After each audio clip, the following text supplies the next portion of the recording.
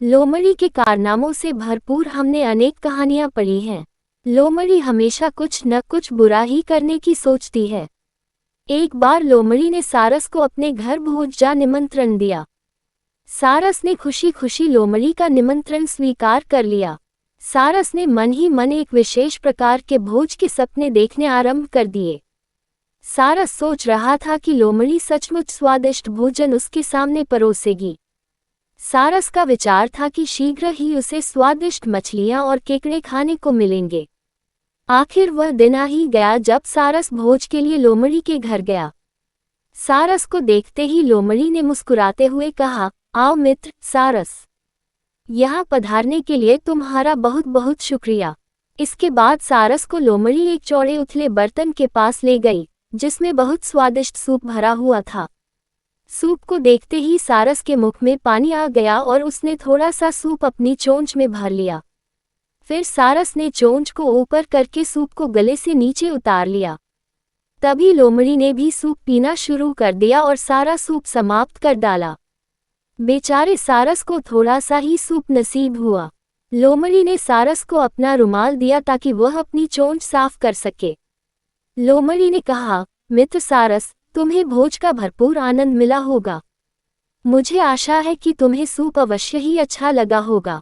लोमड़ी की बातें सुनकर सारस को बहुत गुस्सा आया। सारस स्वयं को अपमानित महसूस कर रहा था। सारस जैसे ही लोमड़ी से विदा लेकर बाहर आया, तभी चतुर लोमड़ी सारस का उपहास करते हुए जोर जोर से हंसने लगी। अपमानित होकर सारस ने लोमड़ी से बदला लेने का निश्चय कर लिया। सारस ने निश्चय किया कि वह भी लोमड़ी को भोज के लिए निमंत्रित करके उसके साथ वैसा ही व्यवहार करेगा। सारस ने लोमड़ी के प्रति अपना क्रोध अपने मन में छिपा कर रखा।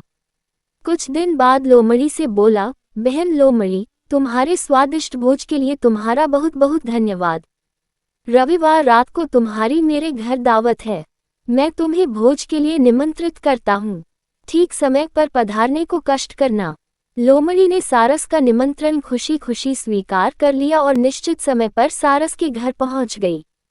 सारस ने लोमड़ी का स्वागत करते हुए कहा, आओ बहन, जल्दी चलो, भोज का आनंद उठाएं। लोमड़ी बोली, मुझे तो स्वादिष्ट मछलियां और केकड़े की खुशबू आ रही है। मैं अब प्रतीक्षा नहीं कर सकती।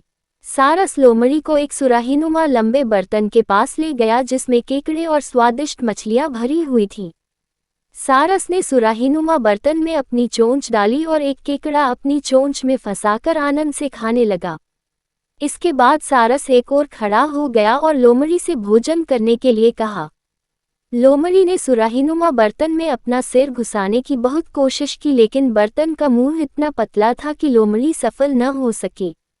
सारस ने पेट भरकर भोजन खाया और बेचारी लोमड़ी देखती ही रह गई। लोमड़ी गुस्से से पैर पटकती हुई अपने घर चली गई।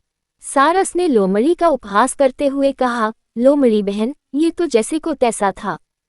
इतना कहकर सारस जोर जोर से हंसने लगा। शिक्षा। इस कहानी से हमें ये शिक्षा मिलती है कि हमारे साथ जो जैसा व्यवहार करता है, हमें भी उसके साथ वैसा ही व्यवहार करना चाहिए।